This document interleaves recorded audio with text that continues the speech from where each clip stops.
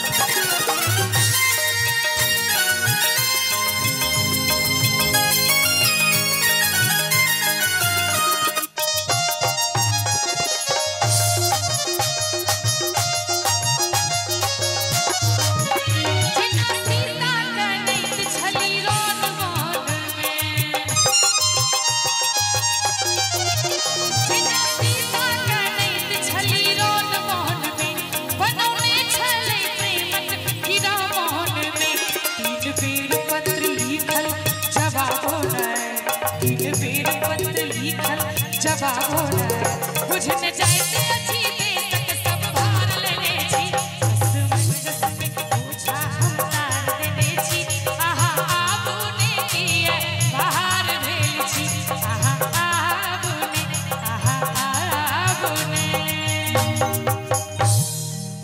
कि हम गुदरी पहिर रहिले हमरा चाही नहीं रेशम के नोआ हमर सासू जी के श्रीमान उमेश हाजी सरपंच साहब भाभी मुखिया प्रत्याशी 100 हमर सासू जी के हमर सासू जी के हमर सासू जी के चिटका दुलरुआ बउआ कबुआ कतेक दिने रहबैयो मोरख में हम गुदरी पहिर रहिले हमरा चाही नहीं रेशम के नोआ यो हमरा चाही नहीं रेशम के नोआ हमर सासू जी के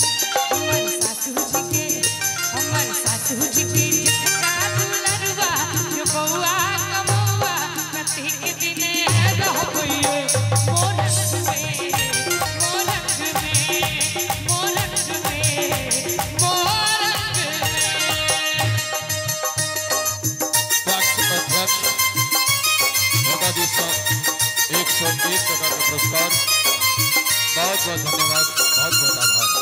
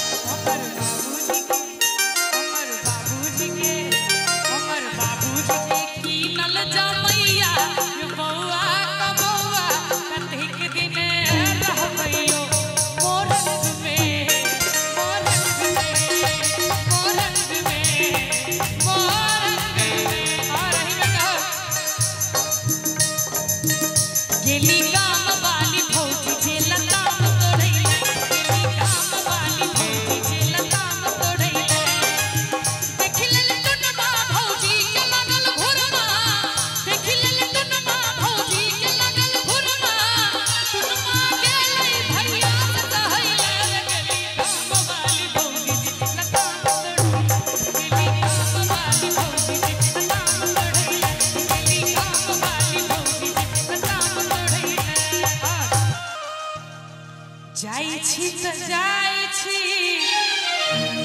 एना किया जाई छी, जाई छी त जाई छी एना किया जाई छी, हे यो पाहुन हमर करेज में जाई छी, हे यो पाहुन हमर करेज में जाई छी,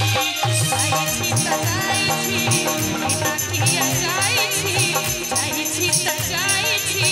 एना किया जाई छी, हे यो पाहुन हमर करेज में जाई छी, हे यो पाहुन हमर करेज में जाई छी।